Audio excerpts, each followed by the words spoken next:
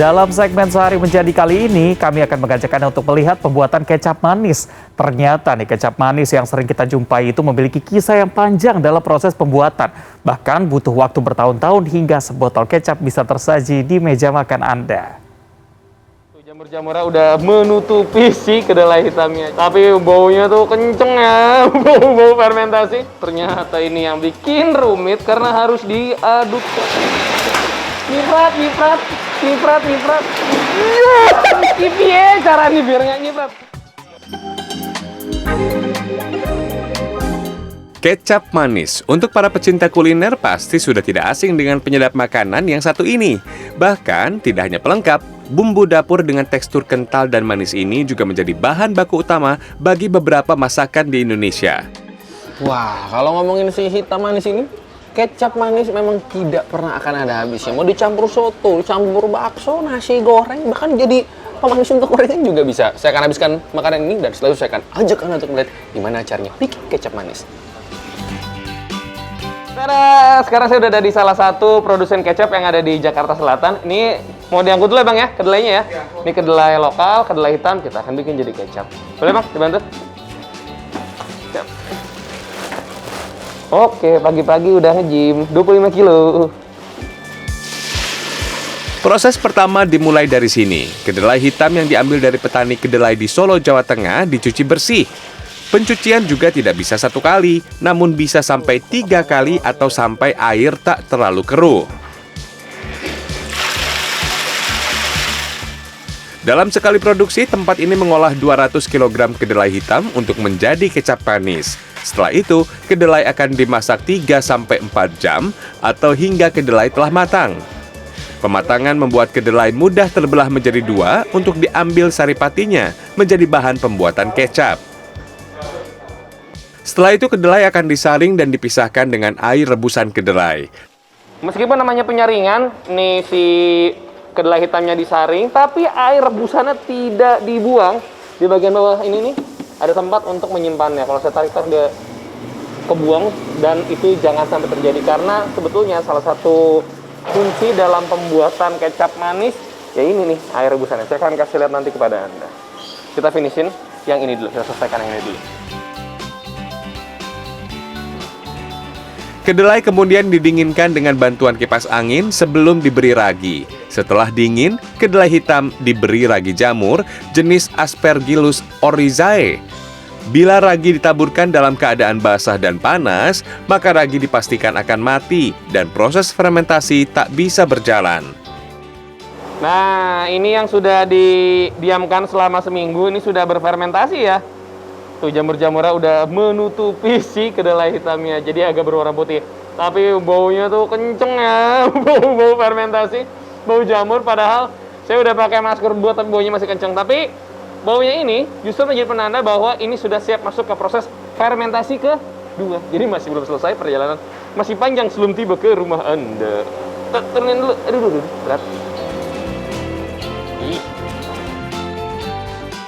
Kedelai yang telah difermentasi selama 7 hari kemudian dicuci kembali.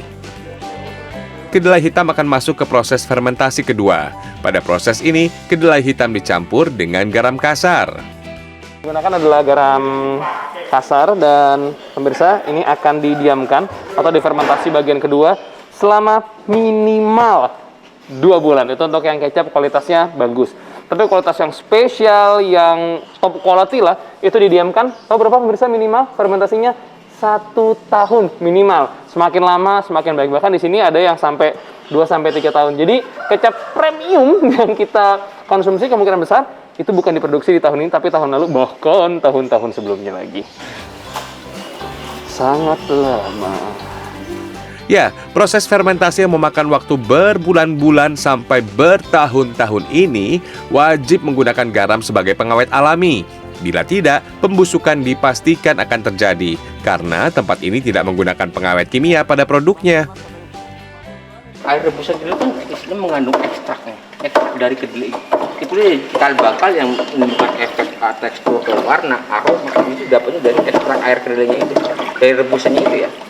Selain juga dari proses perendaman, jadi proses itu ada proses pemecahan protein di sini. Jadi keluarnya warna, aroma, rasa di situ. supaya semakin lama di terjadi proses perendaman itu akan semakin teksturnya semakin keluar, aromanya, warnanya, dan rasanya pas kita diproses bakal lebih oke. Setelah itu, kedelai hitam yang masuk dalam proses fermentasi akan diaduk setiap hari. Ya, setiap hari.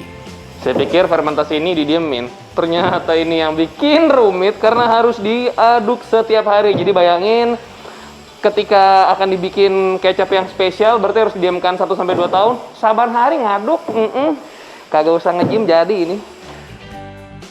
Bila kedelai tak diaduk secara konsisten, jamur yang tidak diinginkan akan tumbuh dan membuat kedelai bisa membusuk. Aroma khas jadi salah satu indikator kedelai hitam siap masuk ke proses selanjutnya. Semakin lama difermentasi, aroma akan menjadi semakin kuat. Ini proses pengecekan yang sudah di atas 1 tahun ya. Ini warnanya sudah berubah jadi kecoklatan.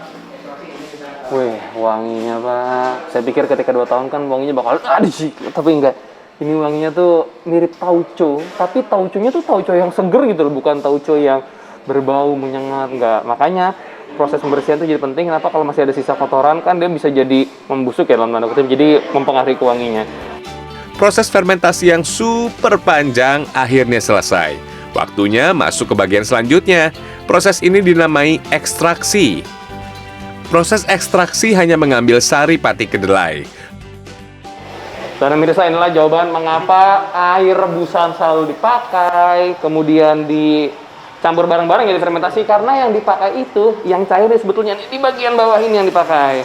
Nah, nanti bagian atasnya ini nih, memang tidak terlalu bisa dipakai, tapi kan masih ada basa-basanya. Jadi basa dalam tanda kutipnya, biar nggak rugi. Ini akan kita ambil sari patinya ya. Direbus lagi. Ya. Direbus lagi. Oke. Aduh, berat juga. Kedelai hitam direbus selama 3-4 jam atau sampai air rebusan berubah warna dari bening menjadi kecoklatan. Nah, ini nih yang unik nih. Segini tinggi ya. Wah, dalam sekali. Oke.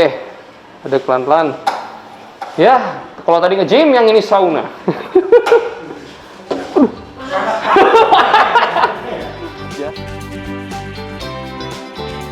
Tapi wangi ya Bang? Kayak wangi manis. Padahal belum pakai gula loh. Setelah perjalanan panjang fermentasi dan ekstraksi, kita masuk ke proses selanjutnya, memasak kecap manis. Kecap manis tak akan lengkap bila tak ada ini nih, gula kelapa. Oke, celemek sudah ready, waktunya kita masak. Dan ini menggunakan gula kelapa ya, bukan menggunakan gula aren. Karena gula kelapa itu biasanya tidak menambah aroma khas. Kalau gula aren kan yang suka minum kopi kekinian kan pasti tahu nih, ada aroma-aroma gula aren. Nah ini enggak, ini yang didapatkan adalah rasa manis dan ada kentalnya. Kita lempar ya, awas nanti nyiprat. Hup. Oh iya, selain gula kelapa dan air kedelai hitam, ada beberapa bahan lain juga pemirsa, seperti gula pasir, gula kelapa, serai, lengkuas, bawang putih, daun salam, dan juga daun jeruk. Jumlahnya disesuaikan dengan jenis kecap yang mau dibuat.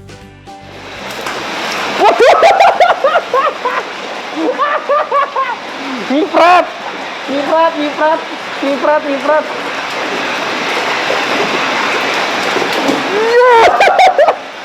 Kipiye caranya biar nggak nyiprat? Pasti nyiprat gini ya? Oh, nyebur ke bawah. Oke. Penggunaan gula kelapa ini sangat banyak ya, persentasenya itu sekitar ya kurang lebih 70%. Jadi misalkan ada 1 liter kecap manis yang Anda beli, berarti 70% diantaranya itu ya itu adalah gula kelapa. Semakin banyak persentase gula kelapa, harga jual kecap dipastikan semakin mahal. Bila kecap standar sekitar 70% gula kelapa, kecap premium 80% diantaranya adalah gula kelapa. Setelah dimasak dalam mesin besar selama 4 jam, waktunya disaring. Total ada 3 kali penyaringan. Usahakan penyaringan kecap dilakukan ketika kecap mencapai titik didih. Wanginya itu ya. Si gula kelapa yang sudah dimasak barengan sama si kedelai hitam yang sudah difermentasi airnya ya Bang ya. Ini wanginya bro. Wah, tambahin rempah-rempah lagi ya. Makin wangi. Oke, setelah disaring dengan saringan halus, waktunya dikemas. Ada pouch untuk isi ulang, botol, dan juga jerigen isi 5 liter. Kelebihan dikit. Gak apa-apa ya. Ini harus berpikir dengan cepat sambil nutup, naro, nimbang. Ternyata. 885 924. Mohon maaf, ruginya banyak. Aduh. Dikurangin dikit. Ya salah. Feelingnya kurang baik. Menurut sejarawan kuliner, kehadiran kecap sebagai salah satu warisan kuliner Nusantara dimulai dari abad ke-17 dari negara Tiongkok. Namun awalnya bukan kecap manis dengan campuran gula kelapa yang hadir di Indonesia, melainkan kecap asin. Ketika abad ke-17 hingga 18, kecap ini masuk ke Nusantara dibawa oleh para pedagang VOC dari pelabuhan Dejima, Jepang ya. Kalau di Jepang disebut soyu ya. Terus kemudian masuk ke Nusantara, tapi ternyata masyarakat Nusantara itu nggak suka dengan yang sensasi asin ini ya.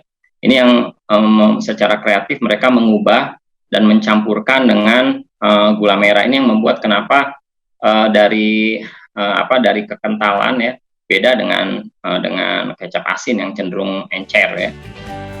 Ratusan tahun setelah pertama kali hadir di Nusantara, kini kecap manis menjadi salah satu bumbu wajib aneka makanan hidangan Nusantara. Seperti yang akan saya santap ini nih pemirsa, sate kambing, sate ayam, dan tongseng kambing. Semuanya menggunakan bumbu tambahan, kecap manis. Akhirnya setelah hari yang luar biasa panjang, saya akan menikmati makanan dengan kecap manis. Paling saya suka sate dan tongseng. Kita akan santap satenya dulu. Sate kambing kasih kecap.